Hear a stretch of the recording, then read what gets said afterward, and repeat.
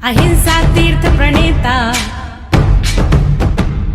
अहिंसा तीर्थ प्रणेता, जय जय हो भारत गौरव राष्ट्र संत प्रमुख सागर। स्वर्णिम स्वर्ण जयंती का अवसर ये महान है, मिलकर हम मनाएंगे गुरुवर देश की शान है।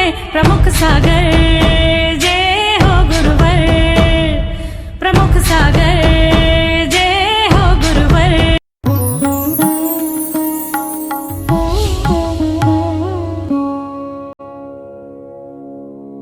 आत्माओं,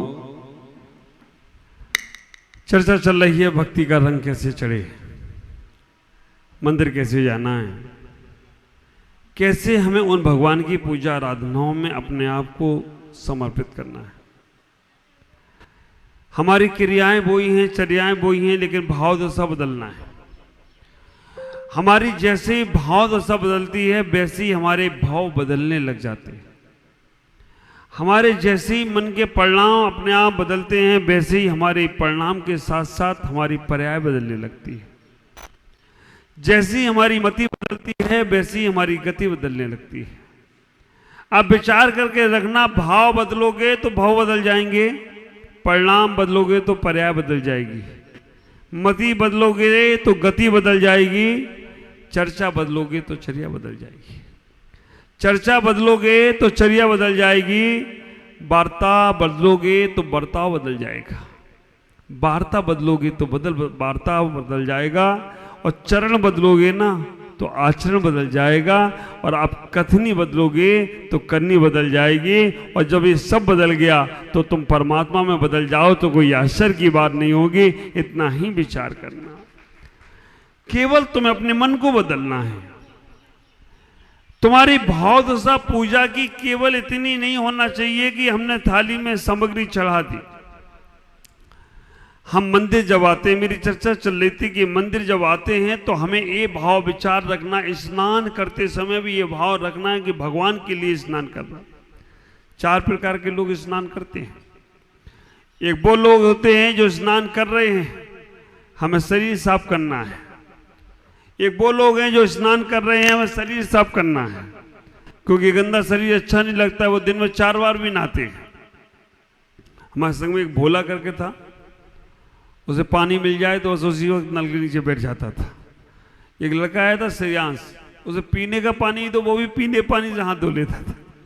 आप विचार करके रखना, वो सब संसार के पानियों को धो रहे हैं और धोने का प्रयास कर रहे हैं। एक व्यक्ति हो रहा है कि हमारा शरीर साफ हो इसलिए स्नान कर रहा है। एक व्यक्ति वो स्नान कर रहा है कि मुझे मंदिर जाना है, पूजा के कार्य करना है, धर्म के कार्य करना है, अच्छे कार्य करना है, साधु को आहार देना है, वो स्नान कर रहा है। एक व्यक्ति वो है कि हम अपने तन को पवित्र रखेंगे तो हमारी आत्मा को भी पवित्र करने का सौभाग्य मिलेगा। मैं अपने आत्मा का अभिषेक करना चाहता हूं, मैं अपने आत्मा को पवित्र करना चाहता हूं। हमारे हैदराबाद जब चातुर्मास हुआ, हमारा कलश जिनके यहाँ गया था, पंकज भाई छाबड़ा, उनके छोटे भाई हैं पवन भाई। मैंने उनसे पूछा, भगवान का अभिषेक करने आते हो क्या? नहीं, हाँ महाराज मैं रोज आता हूँ। मैंने देखा तो नहीं। उन्होंने कहा मैं अपना ही रोज अभिषेक करता हूँ ना, बस भैया आपको दिखा नहीं सकता हूँ, लेकिन मैं अपनी अभिषेक करता हूँ। तो विचार करके रखना, ये भाव तो उनके आएगी मैं अपना अभिषेक करता हूँ। हम अपने भाव दशा को बदलें। तुम्हारी चिंतन शैली बदलना चाहिए, विचार शैली बदलना चाहिए, मन में भाव आना चाहिए। हम स्नान कर रहे हैं अपने आप के तन को पवित्र करने के लिए, इससे मन भी पवित्र होगा। स्नान करके जब वस्त्र पहने, मंदिर आने के लिए जब वस्त्र पहने तो हमें बहुत सादा सिंपल वस्त्र पहनना चाहिए। आप विचार करके रखना, ज्यादा चटक भटक के वस्त्र पहनकर हम जब मंदिर में आते हैं और बजने वाली पायल पहनकर तो कभी मंदिर में नहीं आना चाहिए। बजने वाली पायल तो पहनना ही नहीं चाहिए।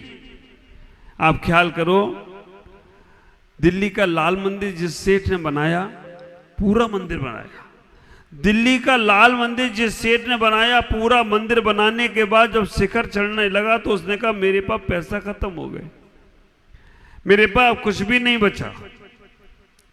समाज को अगर शिखर चढ़ाना है, कलश चढ़ाना है, ध्वजा लगाना है तो पैसा इकट्ठा करो। सेठ के पास खत्म नहीं होती, लेकिन उसने कहा अगर मैंने कलसा भी मैंने चढ़ा दिया, ध्वजा भी मैंने लगा दी, तो लोग पूरा मंदिर पे मेरा ही अधिकार बनाएंगे, इसलिए मुझे ये अधिकार छोड़ना है। विचार करके रखना। कई बार ये होता है, महापुरुष लोग कार्य करते हैं, कार्य करने के बाद उसका अधिकार दिखाते नहीं है, छोड़ देते हैं। गांधी जैसे लोगों ने इस देश को स्वतंत्र कराया, लेकिन राजगद्दी पे नहीं बैठे। आप विचार करके रखना, गांधी जैसे लोग इस देश को स्वतंत्र कराने में जिन्होंने अपना पूरा बलिदान दे दिया, तो आप ख्याल करके रखना, गांधी जैसे लोगों ने देश को स्वतंत्र कराने के लिए सब कुछ किया, लेकिन राजगद्दी पे बैठने का मौका आया तो दूसरे को बैठा दिया। कृष्ण जैसे लोग जिन्होंने देश के लिए महाभारत में पूरा युद्ध लड़वाया, लेकिन राजगद्दी पे नहीं बैठे, उसके पहले ही वो चले गए। हमें इतना ही विचार करके रखना है कि जो महापुरुष जैसे लोग होते हैं, कार्य करने में पूरा सहयोग करते हैं, लेकिन जब नाम और ख्याति की बात आती है तो पीछे हट जाते हैं, क्योंकि अगर वो उसमें फंस गए ना, तो ख्याल करके रखना फिर वो कुछ नहीं कर सकते। लाल मंदिर का शिखर चढ़ने के बाद, कलसा चढ़ने के बाद वो मंदिर समाज का हो गया। कहना मैं चाहता हूं कि लाल मंदिर में अक्सर देखा गया कि वहां पर जब लोग जाते थे तो बड़ा श्रृंगार करके जाते थे। मंदिर में श्रृंगार, आखिरकार सेठ को ने सबक सिखाना था। सेठ ने अपनी पत्नी से बोला कि कल तुम जब मंदिर आओ तो बहुत सज धज कर आना, जब कल तुम मंदिर आओ तो बहुत सज धज कर आना, श्रृंगार करके आना, और बजने वाली पायल भी पहन के आना, बहुत अलग से तैयार करके आना। सेठ मंदिर में रोज स्वाध्याय भी करता था। आप विचार करके रखना, आज के लोग जिनके पास कोई काम धाम नहीं है, उनसे पूछा जाए थोड़ा सा स्वाध्याय कर लो, अरे बहुत बिजी हूँ। आप विचार करके रखना, बड़े बड़े लोग अपने घर में पंडितों को बुलाते हैं कि हमारे घर में स्वाध्याय कराओ। जिनके पास सब कुछ है वो अपने बच्चों के लिए पंडित लगाते हैं, और जिनमें कोई काम धाम नहीं है वो इतने काम में व्यस्त हैं कि उन्हें 2 मिनट महाराज भी अगर सुनाना चाहें, प्रवचन करना चाहें, तो उनको टाइम नहीं है। सुबह अभिषेक वालों की दशा देख लो, अभिषेक का आखिरी कलश ढलता नहीं है पूरा, उसके पहले उनको भागने की तैयारी आ जाती है। आप विचार करके रखना, क्योंकि दुकान खोलना है। उनको ये अभी नहीं आ रहा है कि इतना बड़ा सत्संग चल रहा है, इतना बड़ा लाभ मिल रहा है, कहाँ दूर दूर से लोग यहाँ पर लाभ लेने आ रहे हैं। कहाँ हैदराबाद देखो, कहाँ दीमापुर देखो, कहाँ गुवाहाटी देखो, कहाँ रंगिया देखो, पूरा भारत का आदमी यहाँ लाभ लेके आ रहा है, और वो लाभ देने के लिए गंगा चल के आई है, फिर भी तुम टाइम ना निकाल पाओ। नहीं, आपको नहीं बोल रहा हूँ, आप तो बहुत अच्छे, आपकी वजह से मैं बोल रहा हूँ। ख्याल करके रखना, आपके लिए तो बोल ही रहा हूं, लेकिन वो लोग कितना सुबह का समय सार्थक कर सकते हैं। क्योंकि जिनको सुनने के लिए हम टीवी पर बैठे रहते हैं कि अब 9:40 पे महाराज जी का प्रवचन आएगा आएगा आएगा, वो साक्षात आप विचार करके रखना, टीवी में चित्र तो मिलेगा, चारित्र नहीं मिलेगा। टीवी के अंदर तुम्हें मेरी फोटो तो मिलेगी, वो परमात्मा के गुण नहीं मिलेगी।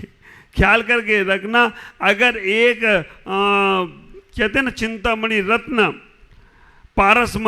पारसमणि के सानिध्य में तुम टीवी पे देखो पारसमणि को, और पास में नहीं जाना, तो क्या होगा? पारसमणि कभी लोहे को सोना नहीं बना सकती। एक झीनी सी चादर भी पारसमणि पे पड़ी हो या लोहे पे पड़ी हो, तो वो पारसमणि सोना नहीं बना सकती। विचार करना, सुबह से उठकर हम वस्त्रों को पहनकर श्रृंगार के लिए श्रृंगार करते हैं मंदिर जाने के लिए। सेठ ने स्वाध्याय करता था। कितना भी तुम व्यापार करो, बिजनेस करो, लेकिन मैं कहना चाहता हूं 1 पेज स्वाध्याय करने का नियम लो। बड़े बड़े धनपति सेठ हो या सामान्य सा श्रावक हो, क्योंकि जिनवाणी पढ़ने, पूजा पढ़ते हो आप रोज? हमने पूछा एक बार, स्वाध्याय जिनवाणी पढ़ते हो? हाँ महाराज, रोज पढ़ता हूँ, पूजा करता हूँ, जिनवाणी भी पढ़ लेता हूँ। और जिनवाणी में पढ़ क्या रहे हो? हाँ, जय जयनाथ परम गुरु होए, मांगे लड़का लड़की होए। आप विचार करना, जिनवाणी में दे माता ज्ञान, नाथुराम बिंद क्या है, पन्नालाल विनती करें दे माता मुझे ज्ञान, अब पन्नालाल का भरोसा नहीं, गए कहाँ है वो, लेकिन तुम्हारा वही चल रहा है। स्वाध्याय करने से बुद्धि अच्छी होती है, स्वाध्याय करने से चिंतन मनन खुलता है। वस्त्रों की शुद्धि करके करो, हाथ पैर को धोकर करो स्वाध्याय। शेर स्वाध्याय करता था और स्वाध्याय करते समय उसने देखा कि मंदिर में कोई एक महिला श्रृंगार करके बजने वाली पायल पहन के छम छम करती हुई आ रही है। सेठ को मालूम था, फिर भी सेठ जोर से चिल्लाया, ये कौन वैश्या मंदिर में आ गई, कौन नाचने वाली वैश्या मंदिर में आ गई है आज। लोगों ने कहा सेठ जी तुम्हारी पत्नी है, कोई भी हो अगर मंदिर का माहौल बिगाड़ती है, मंदिर में अगर इस प्रकार का फैशन करके आती है तो उसे मंदिर में आने की जरूरत नहीं है। आप विचार करके रखना। जब ये सेठ ने अपनी उदाहरण को लेकर कहने का प्रयास किया, अगले दिन से मंदिर का माहौल बदल गया। मैं आपसे कहता हूं स्नान करके मंदिर जाना हो तो मंदिर जाने का प्रयास करो। और मंदिर में हमारे पहले मंदिरों में चंदन और केसर की खुशबू आती थी। अगर बगल से कोई निकल जाए ना तो उसे अपने आप मन में मंदिर में आकर्षित हो जाता था, मंदिर के बाहर 2 मिनट रुकता था। लेकिन आज वो चंदन और केसर खत्म हो गया, आज वो अष्टगंध खत्म हो गई, आज वो अगर और तगर की धूपें खत्म हो गई। आज क्या हो गया, बॉडी स्प्रे। बॉडी स्प्रे थोड़ी देर के बाद तुम्हें भी, बॉडी स्प्रे करने के बाद थोड़ी देर बाद तुम्हें भी स्मेल खराब आने लगती है। ख्याल करके रखना, हमें इतना ही विचार करके रखें, हमें घर से जब मंदिर जाएं तो जितने सिंपल वस्त्रों को पहनकर जाएंगे, जितने सादा सिंपल वस्त्रों को पहनेंगे उतना हमारा मन लगेगा और हमारा भी लगेगा और दूसरे का भी लगेगा। बजने वाली पायल पहनकर जाते हो, मेरे गुरुदेव आचार्य भगवान कहते हैं अगर उस समय तुम्हें आयु का बंध हो गया तो समझ के रखना तुम नाचने वाली की पर्याय में ही जाओगे। हमें कभी बजने वाले घुंघरू बच्चों को भी नहीं पहनाना चाहिए। लेकिन माताएं बड़ी होशियार होती है कि बच्चा इधर उधर जाएगा चलेगा तो मालूम पड़ जाएगा, इसलिए पहना देती हैं। बजने वाली घुंघरू से लोगों के मन खराब होते हैं। अब तुम बजने वाली पायल पहन कर आए हो, मंदिर में कोई ध्यान कर रहा है, मंदिर में पूजा कर रहा है और तुम आए छम छम छम, हाँ उसके दिल में हो रहा है धम धम धम, पूरा ध्यान तुम्हारी तरफ आकर्षित हो रहा है, तो किसको पाप लगेगा? आप विचार करके रखना। अगर तुम्हारे पूजा तुम्हारी सामग्री से किसी को डिस्टर्ब हो रहा है तो उसका भी पाप लगने वाला है। इसलिए हम सिंपल से जाए। विचार करना, श्रृंगार की मना नहीं है। हमें अपने मंदिरों में भगवान की पूजा करने के लिए जाना है तो हम 16 श्रृंगार करके जाएं। पुरुषों के 16 श्रृंगार हैं, महिलाओं के 14 श्रृंगार हैं। पुरुषों के 2 श्रृंगार ज़्यादा हैं, कटार महिलाएं नहीं लगा सकती हैं और जनेऊ महिलाएं नहीं पहन सकती हैं, केवल पुरुष ही पहन सकते हैं। तो पुरुषों के 2 श्रृंगार ज़्यादा हैं। अब देखो सौदामिन तो यहाँ पर चांदी का मुकुट, चांदी का हार पहने हुए हैं। इंद्राणियों के पास कहाँ है?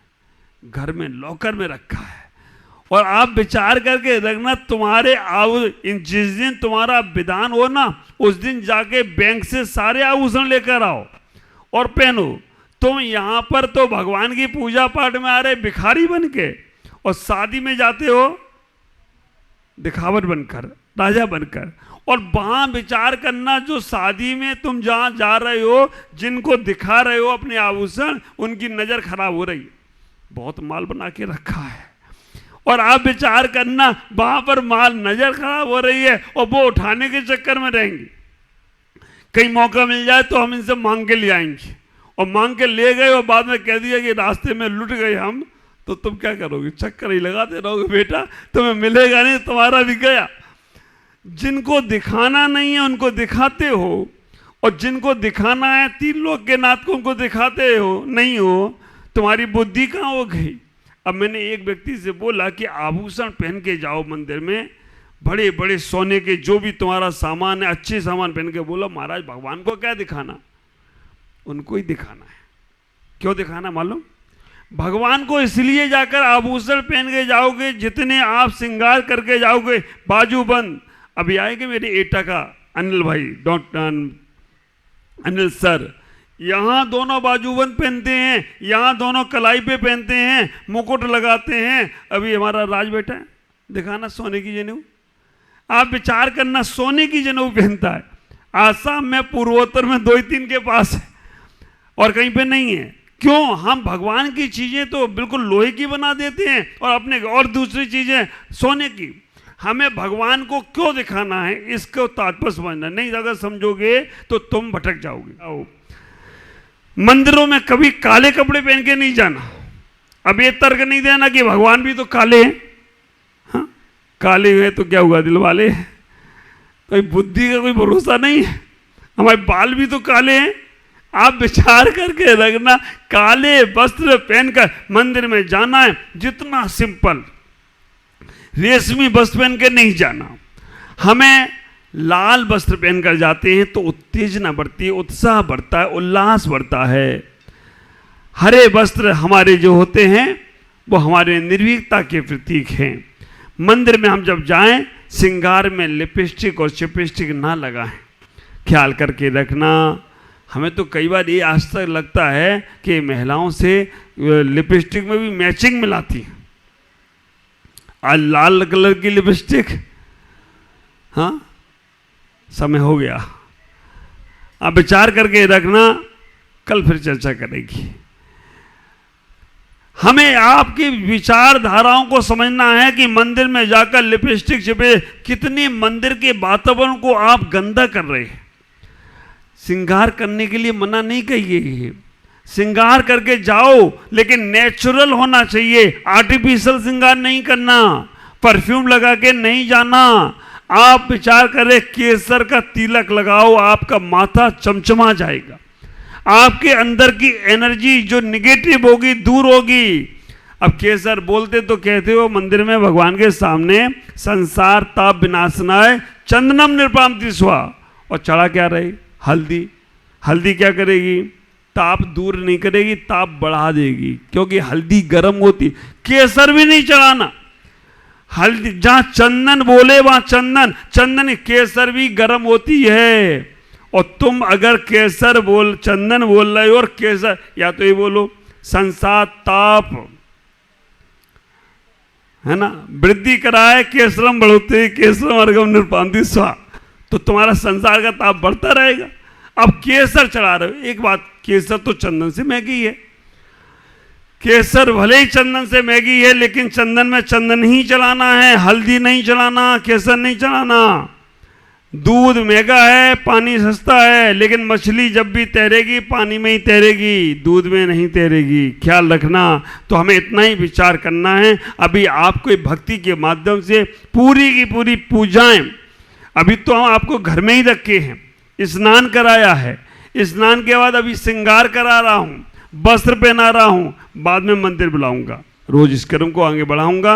लेकिन आज का सूत्र इतना ही याद रखना है कि हमें मंदिर आने के पहले हमें सिंपल से रहना है, बाहर की वस्तुओं से श्रृंगार नहीं करना है। अपने घर में जो आभूषण रखे हैं, मोटी मोटी सोने की चेन पहनो ना, मना किसने किया है?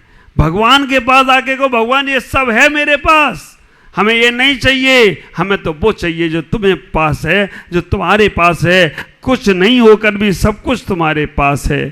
ख्याल करो, इतना जब भाव दशा आएगी तो आपका मंदिर आना सार्थक होगा, पूजा करना सार्थक होगा, और जीवन सार्थक हो जाए तो कोई आश्चर्य की बात नहीं है। ओम नमः जगन्नाथ।